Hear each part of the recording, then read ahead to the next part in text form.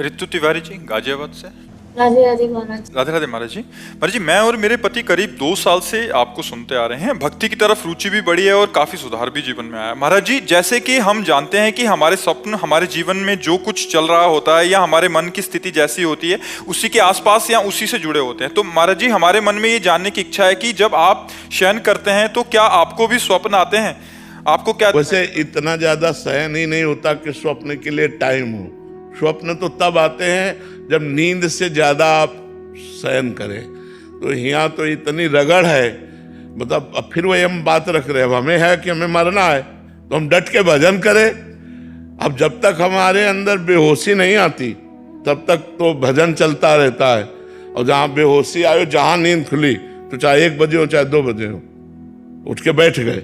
अब बैठने की ज्यादा सामर्थ्य नहीं तो टहलने लगे, नाम जब भगवान का सुमिरन ऐसे।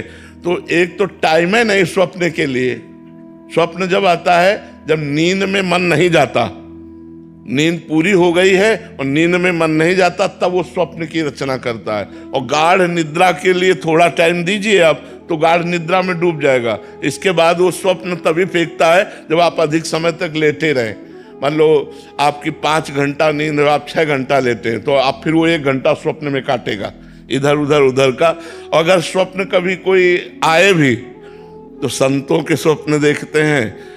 अपने को वैरागी रूप में देख करके कहीं संतों के बीच में बैठे हैं, कहीं कथा भागवत हो रही और कहीं प्रभु की कुछ मंदिर है, कुछ लीला है, कुछ तीर्थ स्थान है। अब ऐसा तो नहीं आता कि मैं बुआ का स्वप्न आया क्योंकि है ही नहीं अब हमारे कोई है ही नहीं ना। अच्छा, आपका स्वप्न क्या आएगा?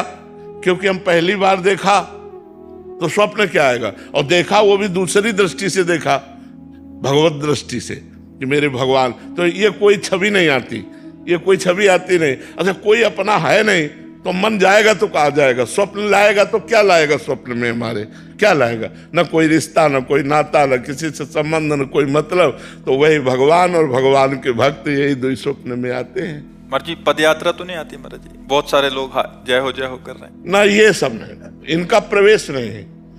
हम जैसे ऐसे चलते हैं ना, तो हम देखते हुए भी नहीं देखते। हम ऐसे चलते सबसे देखते हुए, लेकिन किसी को नहीं देखते।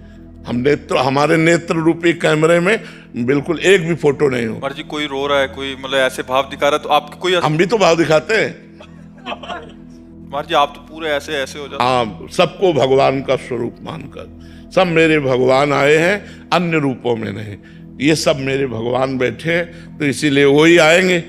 अगर हम इन्हें स्त्री पुरुष समझ कर देखें तो स्त्री पुरुष आएंगे, और भगवान समझ कर देखें तो भगवान, मेरे भगवान इस रूप में आए हैं और प्रश्न करके भगवत चर्चा करवा रहे हैं। बस ये हम दृष्टि रखते हैं।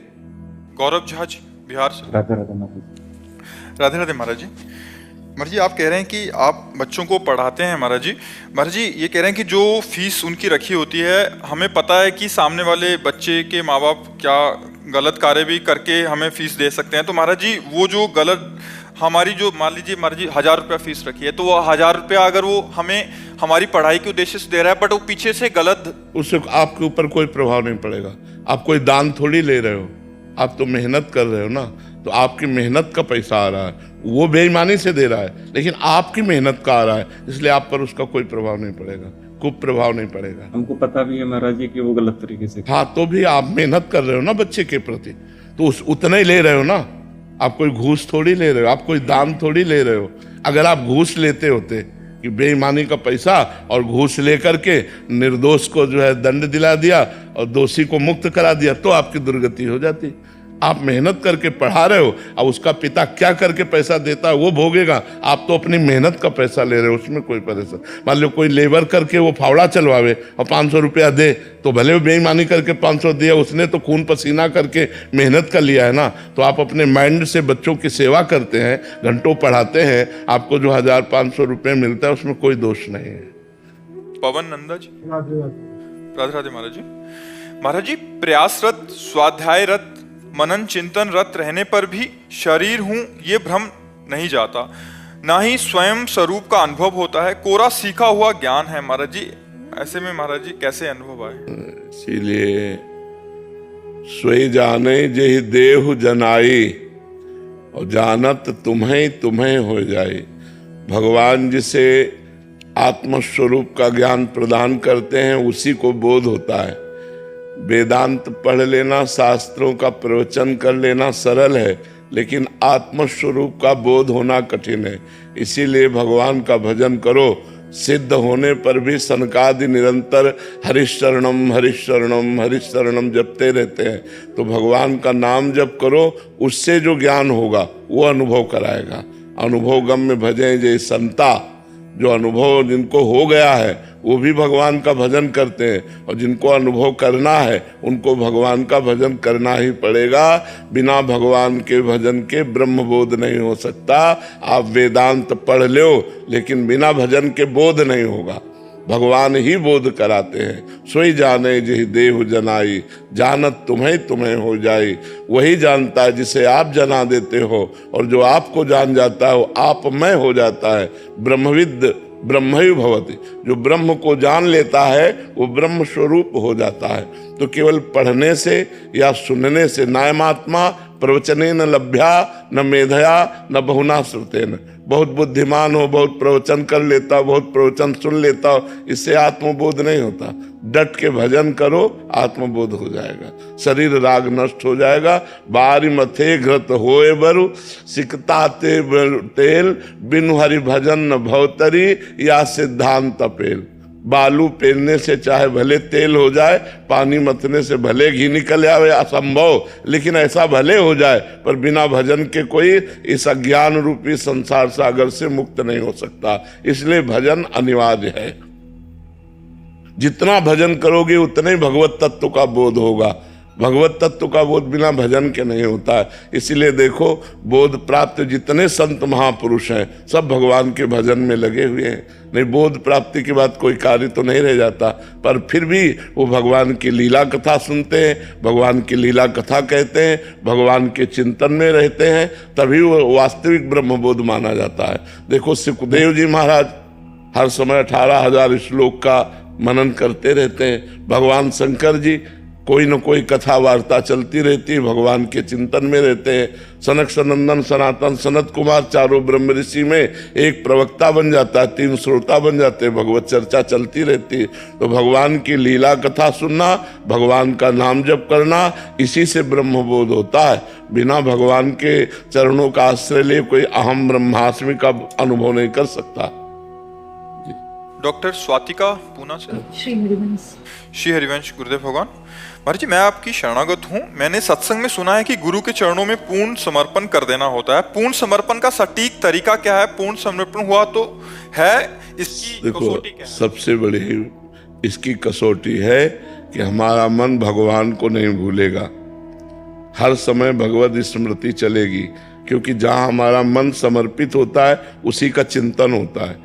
अगर हमारा मन शरीर में समर्पित है तो चिंतन शरीर का होगा, भोगों में है तो भोगों का होगा, शरीर संबंधियों में है तो शरीर संबंधियों का होगा, भगवान में है तो भगवान का होगा। गुरु और भगवान दो नहीं है, एक ही बात है। गुरु का चिंतन, भगवान का चिंतन, भगवान का चिंतन, गुरु का चिंतन एक ही है। हमारा यदि अखंड और अनन्य चिंतन हो रहा है तो हमारा समर्पण है, और अगर हमारा चिंतन नहीं हो रहा तो ये सब बाहरी बातों को समर्पण नहीं माना जाता। बाहरी बातों का समर्पण नहीं, समर्पण चिंतन का। जैसे मीरा जी कह रहे, मेरे तो गिरधर गोपाल दूसरों न कोई, जाके सिर मोर मुकुट मेरो पति सोई, एकमात्र भगवान से प्रीता, ये समर्पण है। गुरु क्या कराते हैं? गुरुदेव अपने आत्मस्वरूप भगवान में प्रेम कराते हैं, उनका नाम देते हैं, उनका मंत्र देते हैं, उनकी सेवा देते हैं, उनकी उपासना देते हैं। उपासना के द्वारा वासना का नाश करके भगवान में प्रेम करो, यही गुरु का समर्पण है। गुरु के समर्पण का मतलब अन्य कुछ ना लिया जाए, यही समर्पण का फल है कि वो परमात्मा साक्षात्कार के योग्य हो जाए, वो निरंतर भजन परायण रहे। आयुष गुप्ता जी। राधे राधे गुरु। राधे राधे महाराज जी। महाराज जी, तुलसीदास जी महाराज जी कहते हैं कि संत हृदय दर्पण समाना। नहीं, दर्पण समाना, नवनीत समाना। कहा कविन पर कहे न जाना, निज परिताप द्रवे नवनीता, पर दुख द्रवे सुसंत पुनीता। गोस्वामी जी कह रहे संतों का हृदय कैसा? बोले मक्खन के समान। बोले कहा तो, पर कवि ने कहना नहीं आया, क्योंकि मक्खन में दोष है, वो जब निज ताप लगेगा उसमें, जब स्वयं आंच लगेगी तो पिघलेगा, लेकिन संत दूसरे को दुखी देख करके द्रवित हो जाते हैं। यही संत की पहचान, पर दुख द्रवै सुसंत पुनीता। वो परम पवित्र संत है जो दूसरे के दुख से दुखी होकर उसके दुख के निवारण का उपाय करे, ऐसा प्रयत्न करे जिससे किसी को दुख ना मिले। इसीलिए संतों की जय घोष है, सर्वे भवन्तु सुखिना, सर्वे संत निरामया, सर्वे भद्राणि पश्यन्तु माँ कश्चित दुख भाग भवेद। सब सुखी रहें, सब निरोग रहें, किंचन मात्र किसी को कोई दुख ना हो। ये संतों का हृदय होता है। तो क्या कहना चाहते हो? ये कह रहे हैं कि उनका जो स्वभाव होता है वो क्या उनके स्वभाव के अंतर्गत ही आ जाता है, या समाज और साधकों के आदर्श दिखाने के लिए? दिखाने के लिए नहीं होता, स्वभाव में होता है। दिखावा कितनी देर चलेगा? दिखावा कितनी देर चलेगा? दिखावा का मतलब है कि अपने आसपास के लोगों को नहीं, अपने आसपास के लोगों को तो भगवान का स्वरूप समझता है, तभी संत है। वो साधक थोड़ी समझता है, वो जीव थोड़ी देखता है। संत तो वही जो सब में भगवान को देखता है, तो उसका स्वभाव है। तुम आदर्श मान लो उसको, लेकिन वो आपको आदर्श नहीं दिखा रहा, वो आपको अपना भगवान मान रहा है अंदर से, और अपने जो उसके स्वाभाविक आचरण है उन आचरणों का बर्ताव कर रहा है। वो दिखावा नहीं होता उसमें कि समाज को दिखाने के लिए वो आचरण धारण किए हुए हो, उसका स्वभाव होता है ऐसा। वो स्वाभाविक भागवतिक सद्गुणों से युक्त हो जाता है। सविता जी कर्नाटक से। राधे राधे महाराज जी। महाराज जी, आध्यात्मिक साधना क्या है? साधना शुरू करने के लिए गुरु की आवश्यकता है क्या? यहाँ वृंदावन में रंगनाथ जी के दर्शन किए हो? नहीं, अभी आई हूँ। अगर आपको करना हो तो क्या करोगे? रंगनाथ जी के दर्शन करने जाना हो तो आप क्या करोगे? गाइड का चयन करोगे कि नहीं? किसी गाइड को चयन करेंगे। तो गुरु वो गाइड है जो हमें परमात्मा स्वरूप तक पहुंचाता है। तो अगर हमें अध्यात्म कहते हैं आत्म स्वरूप, आत्मा अर्थात भगवान, भगवान की प्राप्ति के मार्ग में चलना है, तो पहला कदम है संत महापुरुषों का संग करना। पहला कदम सत्संग करें, अधिक से अधिक सत्संग करें। दूसरा कदम भगवान की लीला कथाओं में प्रीति हो। फिर तीसरा कदम है सदगुरु का वरण हो। ऐसा होता भी है, जब हम खूब सत्संग सुनते हैं, भगवत कथा सुनते हैं, तो हमारे अंदर सदगुरु की प्यास आ जाती है कि हमें कोई ऐसे संत भगवान मिले जो भगवान से मिला दे। तो प्रथम भगत संतन कर संगा, और दूसरी रतिमम कथा प्रसंगा, और गुरुपद पंकज सेवा तीसरी भक्तमान।